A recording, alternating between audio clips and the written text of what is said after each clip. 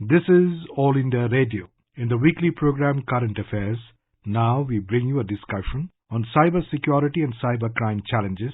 The participants are Dr. Gulshan Rai and Pawan Duggal, cyber security experts, and Omvesh Upadhyay, AIR correspondent. The rapid development of technology and availability of the internet to most of the public broadens the pathway of cybercrime. In this age where the use of computers has become commonplace, cybersecurity is a major concern. India's digital transformation is making remarkable strides, but its associated risks of online frauds are nothing to be taken lightly. And understanding the importance of cybersecurity in this digital age is paramount. And this is for listeners' information that the helpline number of National Cyber Crime Reporting Portal from 15260 has been changed to 1930. So from now on, you can call on 1930 to register your complaint. To discuss on cybersecurity and issues revolving around it, we are joined by cyber experts Dr. Gulshan Rai and Mr. Pawan Duggal. Welcome to the program. Thank you. Thank you. To begin the discussion, I would like to know from you, Mr. Duggal, that in the past the Ministry of Electronics and Information Technology launched Cyber Surakshit Bharat, an initiative that aims at building capacities of Chief Information Security Officers and frontline RT officials across all government departments, creating a robust cybersecurity ecosystem in India. Now, if we align that with the government's vision for a digital India, Mr. Duggal, till now, if you see how much or less training government officials upskill them to counter cyber threats? Today, cybersecurity is one of the biggest thrust areas and potential priorities of the Government of India. And it's a foundational touchstone for the Digital India program. For Digital India to be successful, to be a concrete reality, it's absolutely imperative that the Digital India must be a digitally secure and cyber resilient and reliant ecosystem. In this context, the government has been coming up with various initiatives on protecting and preserving cybersecurity. The government has already appointed the nodal agency on cybersecurity, being the Computer Emergency Response Team of India, for the purposes of overlooking all aspects pertaining to protection and preservation of cybersecurity, and also how to deal with cybersecurity incidents and emergencies in this regard.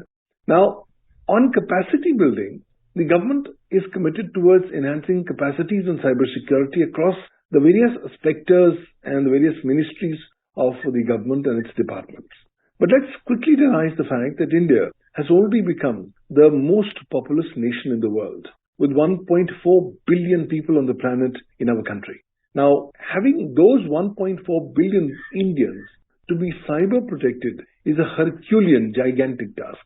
And therefore, when I talk about capacity building, while the government is doing remarkable in terms of enhancing capacities, the sheer numbers of our population demand that much more needs to be given. The reason is that as more and more Indians are becoming more empowered by getting to know about issues concerning cybersecurity, they are in a much better position to deal with the various challenges. This assumes a tremendous significance because of the constantly changing ground reality as far as cybersecurity breaches and cyber crimes are concerned. Well, in the year 2021, the world had lost more than $6 trillion, and by the end of 2022, we had already lost more than about $8 trillion thanks to these cybersecurity breaches. So, if these breaches are continuing, the world achieving a target of $10 trillion as losses to cybersecurity breaches is only a question of time.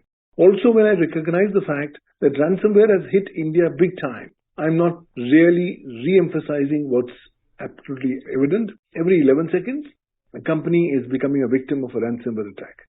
So in this constant new scenarios, when we are seeing attacks on AIIMS as a ransomware attack, when we are seeing attacks on a manufacturing facility which is associated with the Ministry of Defense, the dots are joining together. The dots are that these attacks are taking place for the purposes of prejudicially impacting the security, sovereignty and integrity of India, as also to try to prejudicially impact the cyber sovereignty and the cyber sovereign interests of India in cyberspace. Therefore, the need for capacity building becomes even more enhanced. But merely service to capacity building won't really suffice.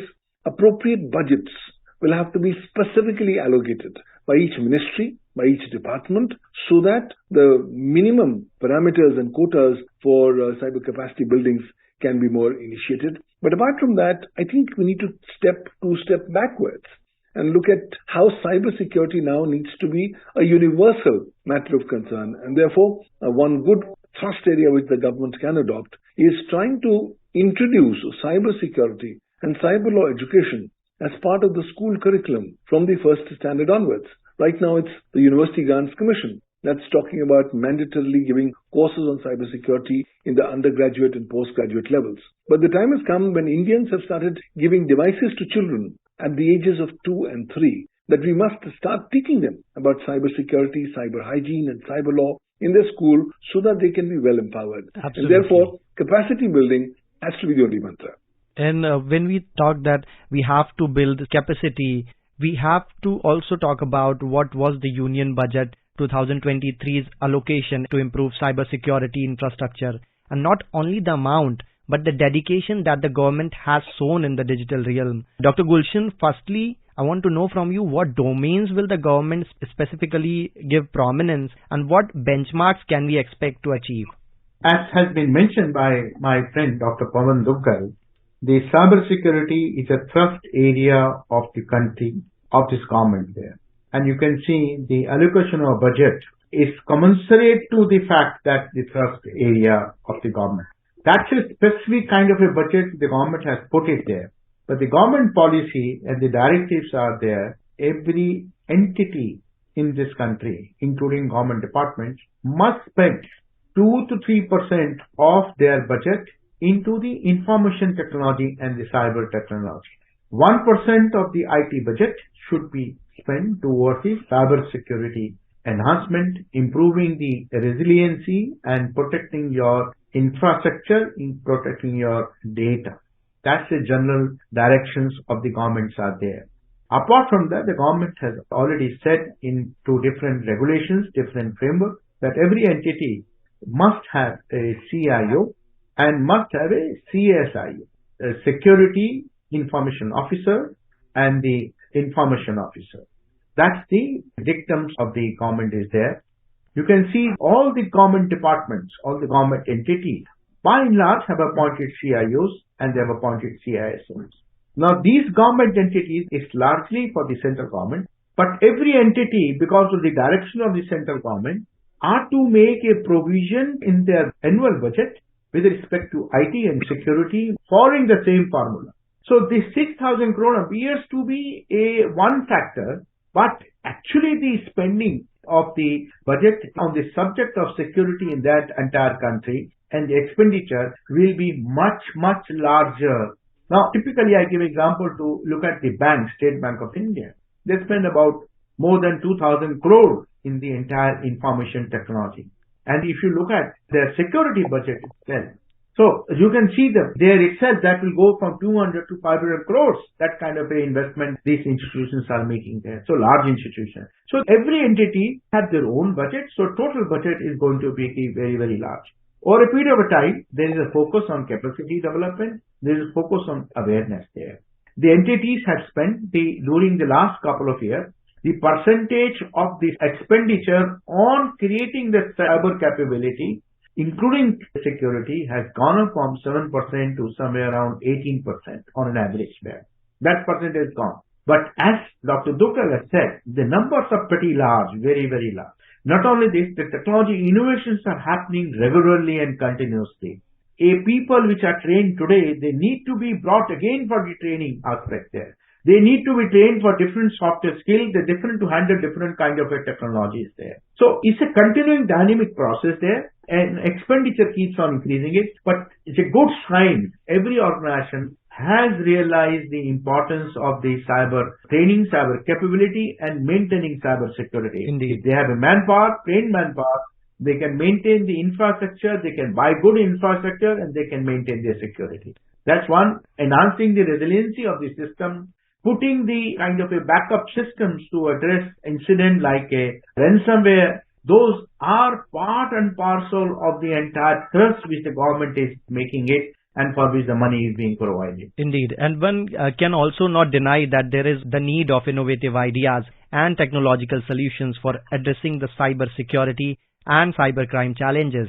That's why the government organized a national level hackathon advancing India's cyber preparedness, launched Cover 2023, in which participants used technology, primary coding to achieve an objective. I want to understand from you, Mr. Duggal, how significant does such platforms prove in order to gather new insights when we talk about cybersecurity and cybercrime challenges?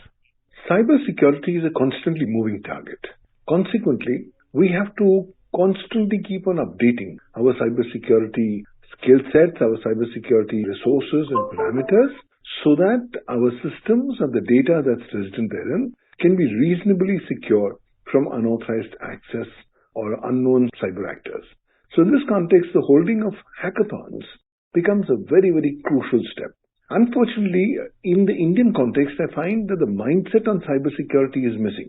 Most of the Indians tend to believe that putting in place a mere firewall or a mere antivirus program is good to make them cyber secure for life, without realizing that cyber criminals are now coming up with new mechanisms to go ahead and breach your cybersecurity. Recently, ChatGPT, as an AI language model algorithm, has gone ahead and has been used for the purposes of creating a new kind of a malware that avoids detection by existing kinds of antivirus and anti-malware programs. So in a scenario like these kinds of hackathons become your instantaneously right step in the right direction. Why? Because these hackathons enable sharp minds to work on the cybersecurity of computer systems, networks, and given projects, identify those vulnerabilities and present those vulnerabilities to the concerned ministries and departments so that they can go ahead and plug those vulnerabilities and make the systems more robust. So this concept of hackathon has gained a lot of traction in the last few years, but now with government coming up with the national cyber hackathons, it's yet got a new kind of a hallowed status.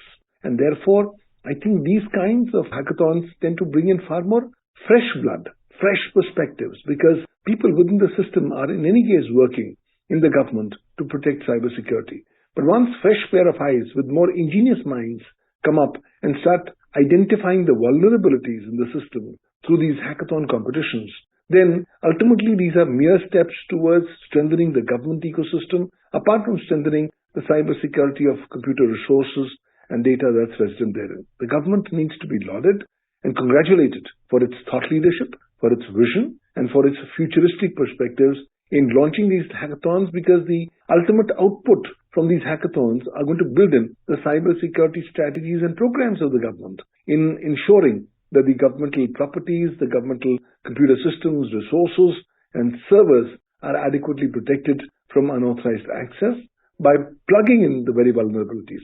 Actually, we have to understand one basic thing. What was cyber secure yesterday is not cyber secure today. And what is cyber secure today will definitely not be cyber secure tomorrow. Absolutely. Well, cyber criminals are constantly working overtime. And now with the advent of ChatGPT, they are delighted to the core. Why? Because they can start using these AI language algorithms to come up and identify the new mechanisms to breach the cybersecurity of computer systems and networks. And therefore, the hackathons become a great way to leapfrog into a new level of comfort, because you can suddenly identify your vulnerabilities, you can instantaneously work on your vulnerabilities rather than waiting for those vulnerabilities to be effectively exploited by cyber criminals, and you can go ahead and try to make your systems more cyber secure. So all said and done, a great step, more in terms of also appropriate public-private partnership, because these hackathons are inviting the private sector, inviting intelligent young minds to come and participate in these processes so that we can all join hands in making the government of India and its cyber resources and cyber systems and servers far more secure and reliable. And here I would like to also take the chance to mention what under India's G20 presidency is happening regarding the cyber security, where we talk about the first meeting of the digital economy working group, where they talked that cyber security dominating the discourse of the session, and it was termed as crucial for digital transformation and digital economy by experts. Dr. Gulshan, what's your take on this? Cybersecurity is a subject which concerns every country, G20 countries, G7 countries all across the world. Because, as has been said by my panelists, everyone deals with the technology. The morning you get up and the time you sleep, you deal with the technology. The ecosystem depends upon the technology. And this technology is largely driven by the software. Wherever there is a software, it can be breached and data can be stolen. Today, data is an asset. It's sold, and that's why the infrastructure is sustained there. It's sold for the good purposes. It's sold for the bad purposes also there. So therefore, any data breaches, it has the implication on the social security as well as the national security of any nation there. And that's why the security is important kind of a subject which every nation is focused there. When we talk about the technology, I must say that it has become more geopolitical issues also there. But we need to agree certain basic principles when we need to deal with the security issues, because as I said, it impacts social security, it impacts the economic development, it impacts our national security also, which every country is entitled and they take care of their interests. In such a scenario, we need to agree on certain basic principles there.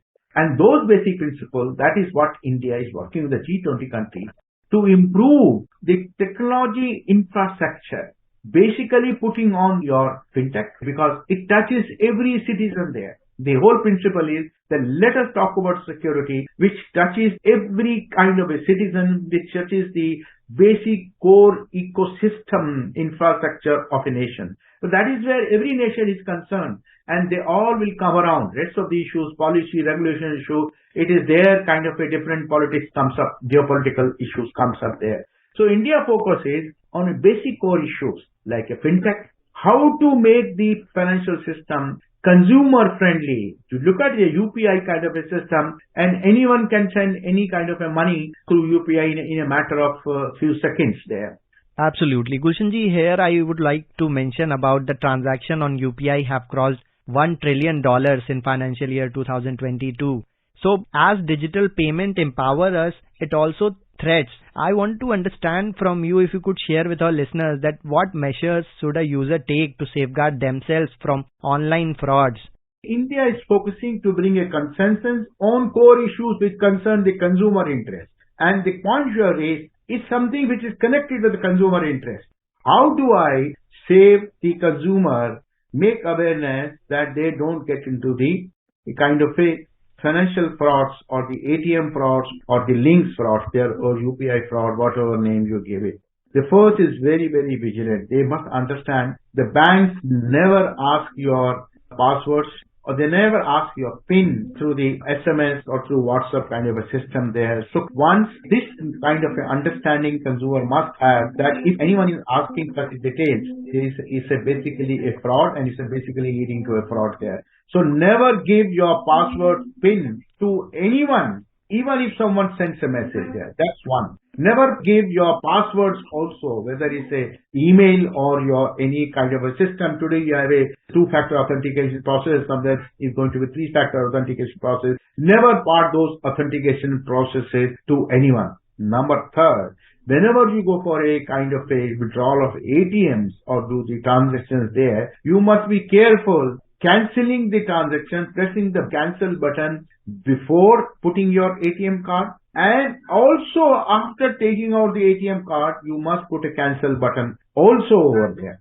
When you talk about the incident happen, immediately report to the banker or to the organization with whom you have an account there, and shut down your account system, disable your ATM cards or credit cards, change everything immediately after that. Any delay is going to be fatal. Never hand over your credit card or debit card or such kind of a payment instrument to anyone, even if you go for a restaurant or shopkeeping there. I think some basic things are important there. Absolutely, and I think listeners will keep in mind all these pointers that you shared. Earlier this month, our Finance Minister Nirmala Sitharaman said that we are working on bringing a new national data governance policy that enable access to anonymized data to startups in order to boost development, on which the Minister of State for Electronics and IT, Shri Rajiv Chandrasekhar, said that data sets that represent India's consumers are a huge opportunity for the next generation of artificial intelligence and machine learning algorithms. Mr. Duggal, please share an overview on the national government's policy and how much or less it will contribute to the growth journey of Digital India. Well, India represents a unique model across the world. When you are the biggest and the most populous nation in the world, with 1.4 billion people. Each of these 1.4 billion people, or a majority of them, are on the internet. And all of them have become global authors, global transmitters, and global broadcasters of data. So we're all generating data on a 24/7 basis.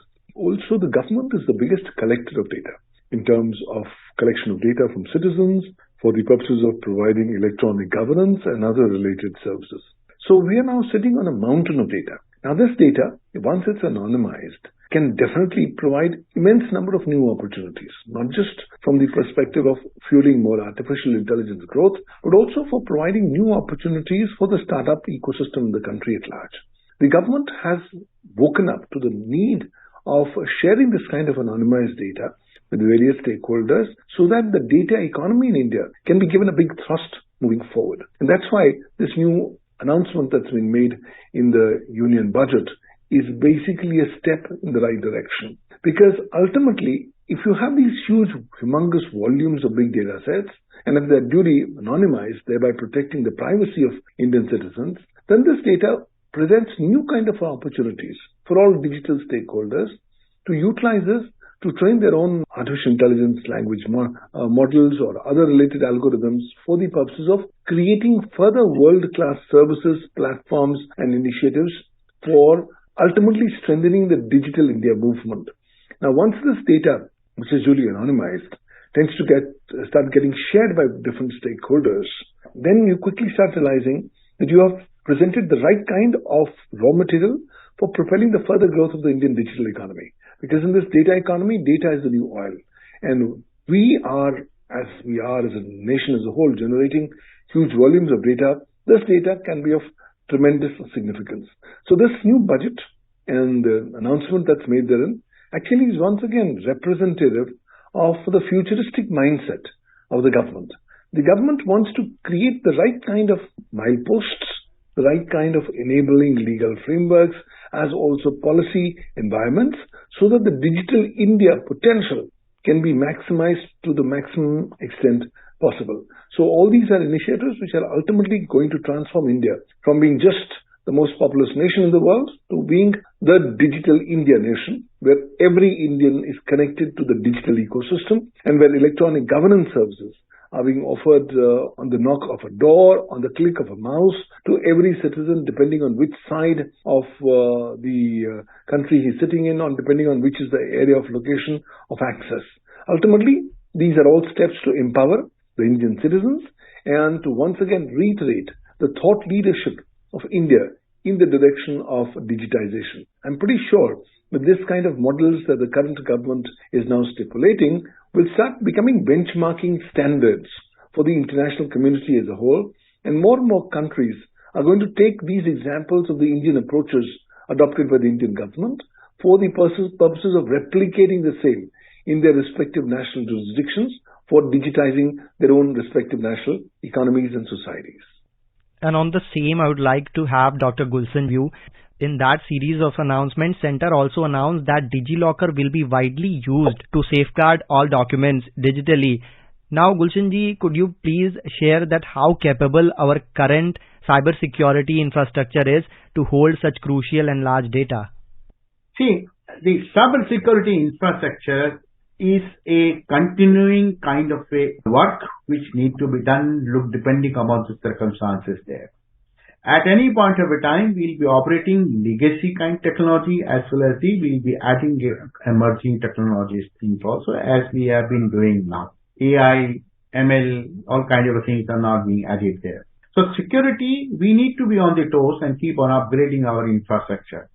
Resiliency of our infrastructure is very high, much higher. If you see the UN index of the cyber security, we are among the first 10 countries, perhaps 10th rank there, and we have improved our ranks from 22 to 10 in the last 2-3 years there. It's a good kind of a signal that the security posture of the infrastructure in general is improving, and we are setting a more and more resiliency kind of a systems there. But this should not be taken as a solace. I think we need to be vigilant. We need to stand on your toes and keep on improving. As we keep on adding the technology gets innovation. We need to take all steps comprehensively which result in the enhancing the resiliency of the cyber infrastructure. And today when we see that every other child has access to the internet, as we see the intensity of the threat present in the entire digital world, do you think that initiating digital literacy and cyber awareness at school that you were also explaining in beginning is an interactive way that could really benefit the future generation, because most of them are now also coding by 6 or 7 or 8. Dr. Gulshan, please suggest a few measures which can be taken at home to keep the children safe from those threats. So first of all, I say the government has taken a right step, though it took a lot of time to initiate it. The computer literacy, digital literacy has been introduced in the schools. Right now, it is more prevalent in the central schools, all the schools funded by the central government, and some of the state government, some schools it is there. I think first of all, it should spread out in the entire, all across the country. There should be a well-planned course curriculum on the digital literacy and the computer literacy, because without the digital literacy, any child which will come up there, which will grow, which will handle responsibility, he will find totally out of the date himself. He will not be able to compete with them. That's a must, and the government has done, but it need to be more funds provided, and I think more programs, more involvement of the NGOs need to be taken by the government to achieve this, because government structure itself may not be sufficient to deal with that. Second, I think we need to spend more resources to training the police officials because of the investigation of the fraud, lodging of a fraud, or handling the fraud, handling the cyber incident. That's a must, and that is where the lot of money, more money need to be provided. You know, today there are more than 1.3 million policemen across the country, and large number of teachers, and same 1 million teachers are also there in the entire, all the schools in the country. So funds are required. These are the two basic kind of a foundation where we need to invest to create a future. Then we need to create a future citizen and need to future ecosystem that will help in boosting the ecosystem in the country, designing a better product, handling the system there. And I think these are the building blocks which the government need to focus and provide more funds to deal with this. These literacy programs should be so tuned that the program gives a kind of a information to the child how to prevent frauds, where to use the technology, how to use the technology, and not to misuse or fall prey to any kind of a cyber incident created by anyone, any adversary. Here I would like to take in very short the concluding remarks on the same by Mr. Dukkal. Well, I would only like to say one thing, that India needs to give far more thrust to cybersecurity than what it's currently giving. Indians need to start adopting cybersecurity as a way of life. The expectation that cybersecurity must only be handled by the government is a wishful expectation and needs to give way to more pragmatic approaches. We as Indians need to realize that the cybersecurity of the nation is going to be as strong as its weakest link. And it's going to be our responsibility to ensure that we do not become the weakest link in the chain. Once cyber resilience and cyber hygiene methodologies are adopted as part of day-to-day practices by Indians, and as they become more aware about the cybersecurity ramifications, I'm sure they're going to themselves start doing acts which will start contributing in making the Indian digital ecosystem far more secure and far more resilient. At the end of the day, it's a constant war that's going on. We'll have to constantly keep on updating, skilling, reskilling, and then re-updating ourselves as we go forward, because new approaches are coming in, new challenges are emerging on cybersecurity with each passing day. And it's our bounden duty as Indians, as Indian citizens, to not just to strengthen the government of India, the Indian nation, but also to contribute in our own distinctive yet small ways for protecting and preserving the cybersecurity of India, as also the cyber sovereignty of India as a whole. So with your valuable inputs, we can conclude that regulations that establish accountability mechanisms and strengthen digital rights based on feedback and impact assessments are a crucial component of digitization. Thank you so much, Dr. Rai and Mr. Duggal, for your time and making this conversation insightful. Thank you. Thank you. You were listening to a discussion on cyber security and cybercrime challenges.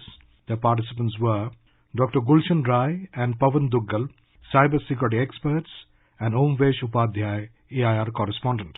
This program was produced and presented by the News Services Division of All India Radio. You can listen to it on our mobile app, News on AIR.